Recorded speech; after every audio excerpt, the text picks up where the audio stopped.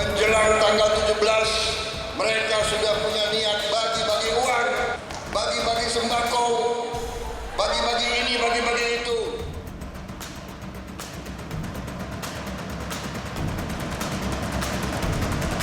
Lindungilah kami dari fitnah dan hoaks. Lindungilah kami dari fitnah dan hoaks.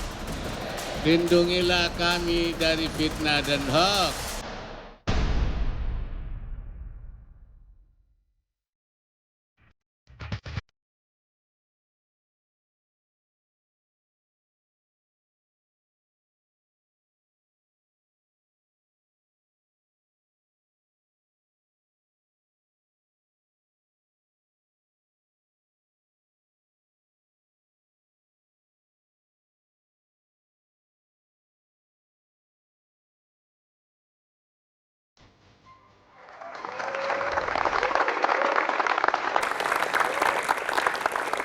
Anda kembali bersama kami di Mencari Pemimpin Siapa Berkampanye Hitam. Kalau kita bicara soal potensi kampanye hitam, saya katakan ini masih potensi kampanye hitam. Karena banyak fitnah yang juga tertuju tidak hanya ke paslon nomor 1 tapi juga paslon nomor 2. Seberapa banyak itu kita lihat, ini dia.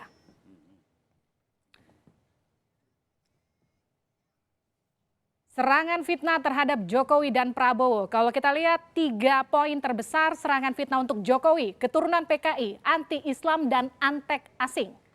2 terbesar untuk Prabowo adalah terlibat penculikan aktivis 9798, terlibat kasus pelanggaran HAM di Timor Leste. Tepuk tangan dulu untuk kita semua pada malam hari ini. Sebelum Anda tanggapi, saya minta Bang Arya untuk tanggapi dulu. Jadi kalau menurut Anda maraknya semua serangan fitnah ini masih terkontrol atau sudah tidak terkontrol sebetulnya? Saya kira ini isu yang sudah kadaluarsa ya. Karena 5 tahun lalu kita juga mendengar 3 isu ini. Baik isu yang dilempar kepada 01 dan isu yang dilempar kepada 02. Dan keduanya hari ini mereproduksi ulang isu-isu itu. Dan menurut saya ini tidak baik karena tidak meninggalkan jejak yang positif bagi publik gitu ya. Kita tidak diajarkan bagaimana berkampanye secara baik, secara positif, meninggalkan sesuatu yang positif untuk masa depan generasi muda ini. Saya kira apakah ini masih kontrol atau tidak, saya kira kalau kita lihat dari sisi efek, saya percaya betul bahwa efeknya mungkin ada. Tetapi tidak besar, tidak mempengaruhi pilihan publik secara umum. Orang masih percaya bahwa isu ekonomi itu masih dianggap sebagai efek penting dalam pemilu gitu. Saya ke Kang Pipin dulu. Efeknya tidak besar itu kata Bang Arya. Betulkah efeknya tidak besar fitnah-fitnah terhadap Prabowo Subianto? Saya kira tergantung sebarannya. Kalau misalnya kita melihat ada video emak-emak ketiga orang itu, kemudian dimasukkan ke media mainstream, seakan-akan itu 02 yang bermain. Tetapi saya punya video yang viral juga tetapi tidak menaik di media mainstream. Ini adalah seorang ustadz di sebuah pengajian mengatakan bahwa di belakang Pak Prabowo adalah seorang banyak radikal, kemudian ada upaya melakukan kudeta terhadap Jokowi, tetapi juga tidak ada yang bersangkutan itu kemudian dipenjara atau ditahan oleh pihak kepolisian. Tepuk tangan dulu dong pada malam hari ini.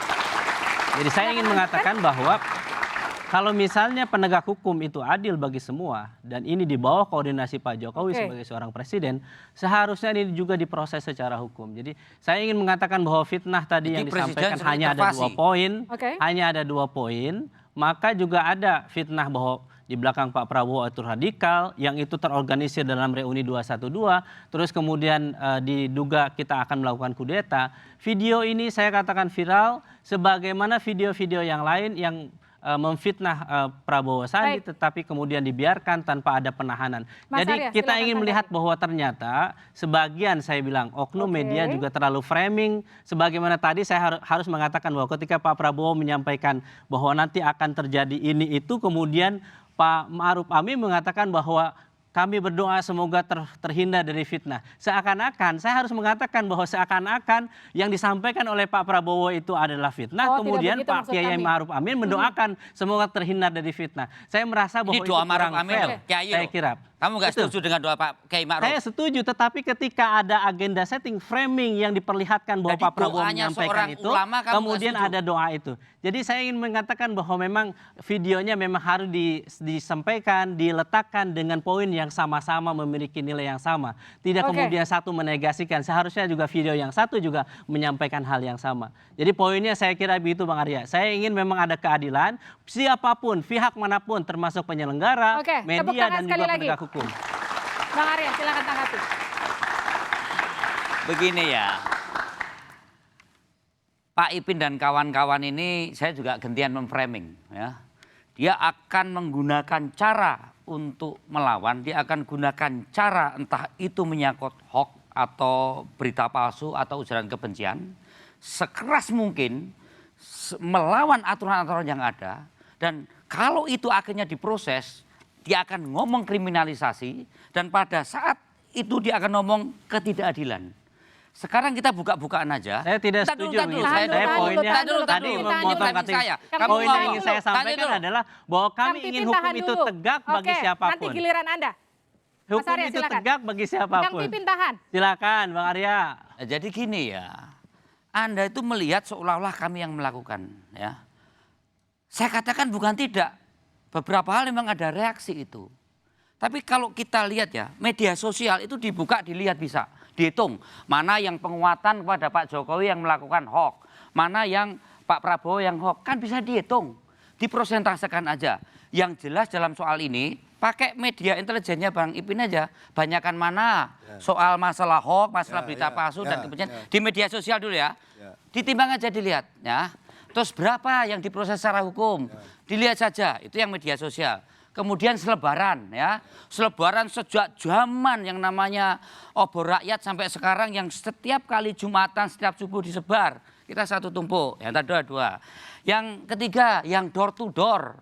Bagaimana kasihan ibu-ibu tadi, saya sepakat. Orang kecil nggak ngerti apa-apa, hidupnya baik-baik, disuruh-suruh menyebarkan mengenai berita palsu, ujaran kebencian dan hoax ya. Jadi saya melihat ada satu usaha memframing kepada kami seolah-olah pemerintah nggak adil. Loh, yang dilakukan itulah pelanggaran hukum yang sebanyak-banyaknya, dan nggak usah ini imajinasi, buka aja di media sosial. Tabelnya jumlahnya berapa? Kira-kira Boleh Kang nggak Ipin saya- paham betul. Tadi dulu, Boleh tadi ya? dulu, Pak. Ini Kang udah Ipin ya. kelamaan nih. Tadi dulu. Kalau Oke. dibiarin, Maksud ini saya, Mas Arya Bima ini saya udah katakan kelamaan. bukan saya Satu tidak ya. melakukan. Tadu, bukan kami tidak melakukan. Bukan, Maksud justru saya, sekarang mari gini ini loh. prihatin Baik. bersama. Tepuk Saya tangan setuju, dulu. saya setuju. Oke. Prinsip. Karena tadi seolah-olah Enggak. Jadi Kang, ini tidak sama Kang sekali Suparman, dalam dia kerangka nuduh soal bahwa framing kami apa yang paling disampaikan. banyak, Bukan. kami yang Kita tidak mengkriminalisasi. bicara soal paling banyak atau yang paling sedikit. Kita tidak bicara itu. Tapi apa yang disampaikan oleh Mas Arya tadi itulah yang benar. Bahwa kedua belah pihak itu berpotensi melakukan itu. Ya. Itu prinsipnya. Nah, Dan kita sekarang tidak menjadi sepakat. tugas dan tanggung jawab kita bahwa kalau di pihak Badan Pemenangan Nasional Prabowo Sandi, kami pastikan bahwa BPN tidak sama sekali punya hubungan yang terjadi apa yang menjadi isu yang hangat Oke, sekarang. tepuk Itu satu. tangan. Ini berbeda. Tapi yang kedua yang paling penting adalah kalau ternyata ketidakadilan itu dirasakan. Tadi katakanlah mungkin saya ikuti alur berpikirnya Mas Arya Bima tadi sampaikan. Tapi tolong tunjukkan, ini 16 kami laporkan, nggak ada yang ditindaklanjuti sama sekali. Oke, silakan tanggapi. Tolong ya, Ini berbeda 16 kasus. pendapat. Ini. Pendapat Ini cara-cara yang kayak gini nggak Pertanyaannya suka. pendapatnya. Seolah-olah Bang, ada Bukan, ini yang dikriminalisasi dirasakan oleh ketidakadilan. rakyat loh. Bukan Berbeda yang dirasakan pendapatnya oleh Bang rakyat. Suparman. Ya. Oke, tahan dulu. Ini Sebutkan berbeda pendapatnya Bang Suparman dengan anggota BPN yang lainnya. Kenapa begitu? Iya, mengenai 3 mama itu mereka mengakui Iya. itu ada bagian dari relawan Pepes. Kenapa sekarang hari ini tidak diakui? Nah, relawan saya Pepes itu kira bukan Bang bagian Adi dari paham. tim pemenangan, ya kan tim relawan dari BPN. Pak, Nah, seolah-olah ini begini, sangat seolah-olah keliru. begini. Ibunya Ketika ada saja sampai masalah, minta loh. Ini sangat ketika ada keliru. masalah, ya, ketika ada masalah, pelaku-pelaku itu sengaja disingkirkan. Kami tidak terlibat. Dikorbankanlah pelaku-pelaku ini. Kasihan loh, kasihan sekali. fitnah luar biasa Loh, Bang Ade. Tadi baru ngomong. Bukan. Oke. Saya Logikanya. sudah Saya bilang mau sendiri. sampaikan, Saya Bahwa saya kalau sudah Bang Ade pernyataan bisa dari relawan kontrol itu, semua orang. relawan itu sama seperti sekarang saya tunjukkan. Ada nggak proses Ya, yang menyangkut soal artinya Sandiaga? mereka adalah Kan nggak ada kan? yang menyangkut soal skandal Sandiaga, itu diproses nggak? Apa kemudian kami harus menyatakan bahwa itu kubunya Pak Jokowi yang melakukan? Ini saya katakan. Kan nggak boleh Tadi begitu dong. yang Katakan. anti-Islam, yang Coba. PKI, yang Tepuk anti-asing, tangan. banyak Maksud saya, sekali. Ini. Anda Nggak ada nih, proses. kalau yang soal isu-isu itu sudah lama beredar. Nih, Tapi Pak Gembong Oke, nih, oke, Pak. sama aku punya data juga, sekian banyak laporan kami nggak ada yang ditindaklanjuti. Tapi Kami yang juga paling banyak. inti hari ini adalah Oke. sekarang kita mau membangun sebuah bangsa. Ini buat adik-adik kita semua nih. Mereka pemilih republik yang akan datang. Sepakat, Ini kalau tidak sepakat. bagus kita tunjukkan, gini, tontonkan Mbak Lipi. hal yang seperti ini. Mbak Lipi. Kita bersepakat hentikan semua yang namanya kebohongan. Mbak Lipi. Itu sepakat. Itu Ya. kita sepakat, Oke. kita Jadi, lakukan caranya yang yang terbaik bingung buat bangsa. Gini, Jadi kita harus bisa intinya, memahami kita ya, mau mana yang bersepakat namanya- bersama dengan Mas mana Elias. yang namanya proses Ayo penegakan kita tunjukkan hukum mana yang dan mana menjadi yang alat namanya negara, dikatakan mana yang legalisasi. kekuasaan gitu loh. Enggak, kita harus bisa memahami ya, Tahan dulu. mana yang dinamakan katakan proses penegakan hukum, mana yang dikatakan kriminalisasi. Tapi ini mereka mencampur adukan seolah-olah ketika itu udah menyangkut proses penegakan hukum, kami dikriminalisasi. Kami dikriminalisasi. Apanya yang dikriminalisasi? Memang Kami. kriminal. Iya, ya kan? Kriminalisasi coba kita definisikan bersama. Kami dikriminalisasi. Mana? Penegak Mbak hukum Levi. melakukan Oke. proses penegakan hukum. Nah, seperti yang dikatakan Kang Pipin tadi, ada ustadz untuk melakukan kampanye hitam. Itu kalau bicara tentang masalah ustadz, sangat banyak.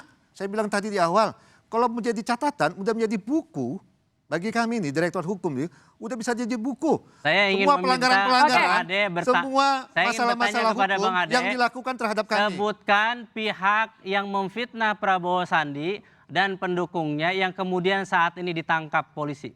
Ya, Sebutkan. itu makanya saya bilang tadi, ada proses jadi penegakan tersangka, hukum. sebutkan. Kang Pipin tahu nggak proses Sebutkan. penegakan hukum? Sebutkan. Nggak, Kang Pipin tahu Sebutkan nggak aja proses dulu. penegakan Nggak usah hukumnya? Ada atau Nggak tidak? usah ditangkap, Sebutkan diproses ada aja nggak? gitu loh. Ada nggak proses Ada penegakan nggak? hukumnya dulu? Ada Tahu nggak yang ditangkap? tahapan-tahapan proses Ada penegakan nggak? hukum? Nggak, saya tanya dulu. Ada, kalau ada. Tahu nggak tahapan-tahapan proses Ada nggak? penegakan hukum? Bang Irfan, Ada nggak, Bang Kang Ade? Pipin ditahan dulu. Tahu Ini nggak saya gitu? lemparkan ke panelis kita Tanya pada dulu. malam hari ini. Saling berdebat, saling menuding satu sama lain, tapi tentu masyarakat tidak diuntungkan dengan isu-isu ini. Tapi yang kemudian jadi pertanyaan saya, kapan kemudian masyarakat bisa diuntungkan dengan narasi-narasi kampanye yang bisa positif kalau setiap hari konteksnya tidak jauh dari kampanye negatif? Saya kira saat keduanya udah tobat soal tobat dan mulai menggunakan isu-isu yang positif ya. Tapi saya melihat begini ya, bahwa kenapa isu-isu kampanye hitam dan kampanye negatif, kampanye hitam terutama ini menguat ya. Dan dalam kondisi seperti apa dia menguat? Pertama menurut saya adalah ada ketidakpastian. Ketidakpastian dalam soal siapa yang akan menang dan siapa yang akan kalah. Memang ada survei sebagai satu prediktor untuk mengetahui gapnya sekarang 15-20%, tapi saya melihat kok kedua kandidat ini nggak percaya diri gitu. Informatif Misalnya sedikit, ada yang Bang. menang, tapi kok Informatif. percayanya kurang. Tadi disampaikan bahwa kampanye bentar, hitam sebentar. kekhawatiran Sebentar. tinggi, Ini pengamat tapi nih, tidak ini signifikan pengamat. terhadap Oke. voters. Maksud saya Kedua-duanya. informatif Saya itu jelaskan, tidak saya jelaskan. menangkal. Coba tadi ada, Ini, saya sepakat. ini. Tidak Saya berpengaruh jelaskan pada dulu, voter, bentar, tapi Bang Arya, kekhawatiran besar. Bentar Oke. gitu. Saya juga mau Silakan menginterupsi ini dilanjutkan. sama Tenang, tenang. Informatif, Pak. Oke, Tanya. tenang Mas Arya. Tidak mendebat, tanya saya. Ini saya bilang bahwa ini ada ketidakpastian. Orang sekarang memang survei sebagai satu prediktor untuk mengetahui siapa yang menang dan kalah. Tetapi meskipun ada gap yang tinggi, masing-masing kandidat ini nggak tahu nih, ini bakal apakah sudah firm akan menang atau firm akan kalah. Orang bertanya-tanya terus, ini apakah benar saya akan menang atau Jadi apakah kalau benar menurut saya Anda akan ini kalah? karena kedua belah Nah, pihak sama-sama nggak pede? sama-sama nggak pede, nggak ada psikologi kemenangan yang ditunjukkan oleh keduanya. Orang-orang menang itu punya psikologi kemenangan. Nah, Saya psikologi tidak kemenangan setuju. itu yang menurut Oke. saya nggak tampak gitu. Ada sedikit yang kurang, Bang. Saya Tadi izin. korelatif, bentar. Oke. Saya Korelasi tidak antara setuju kekhawatiran bahwa dan tidak pengaruh optimis. voter. Satu persatu, Kami satu persatu. meyakini bahwa Prabowo Sandi melihat berbondong-bondong orang hadir di acara Prabowo Sandi tanpa dibayar, tanpa dimobilisasi. Mereka datang secara Oke. sukarela dan kemudian hasil survei, di beberapa hasil survei memang ada yang saya kira berbeda, tetapi kami optimis ada kenaikan survei itu kemudian akan bisa melewati Oke, kalau TKN? Jokowi Ma'ruf. Dan yang kedua saya ingin Ditahan dulu, Kang menyampaikan Pipin, kita gantian. bahwa untuk kasus hoax ini, bagi kita yang paling penting adalah komitmen bahwa kedua belah pihak tidak ada. Dan Oke. Prabowo Sandi sejak awal ingin menang berkah bermartabat dengan tidak menghalalkan segala cara. Silakan tanggapi. Ya monggo lah. Kita sama-sama komitmen untuk tidak melakukan. Tapi faktanya sekarang kan tadi baik ujaran kebencian, berita palsu yang diamplifikasi lewat media sosial, lewat sebaran dan lewat man to man itu harus kita sama-sama perhatikan. Selama ini kita melihat bahwa bentuk-bentuk hoax yang lebih ditujukan untuk membuat seseorang atau kandidat kami melemah dan bagaimana simpatisan kami itu kena isu-isu mengenai PKI, mengenai Islam, mengenai asing-asing yang ini secara apa sih hoax tidak bisa ada kuantifikasi pembuktian dengan data. Itulah yang hoax yang muncul dengan hal-hal yang menyangkut mendebarkan kebencian. Saya sepakat dengan Kang Ipin maupun Kang Suparman bahwa masalah hoax ini tidak membangun narasi besar, kita membangun peradaban demokrasi ke depan yang mau kita wujudkan. Sementara pemilu ini setiap 5 tahun kita terus ada semacam ini. Apakah terus-menerus akan berhoak ria semacam ini? Itu dia yang kemudian jadi pertanyaan saya. Seberapa sesuatu yang parah sebetulnya kampanye memprihatinkan. hitam yang sekarang sudah terjadi? Itu kita bahas usai jeda di Mencari Pemimpin.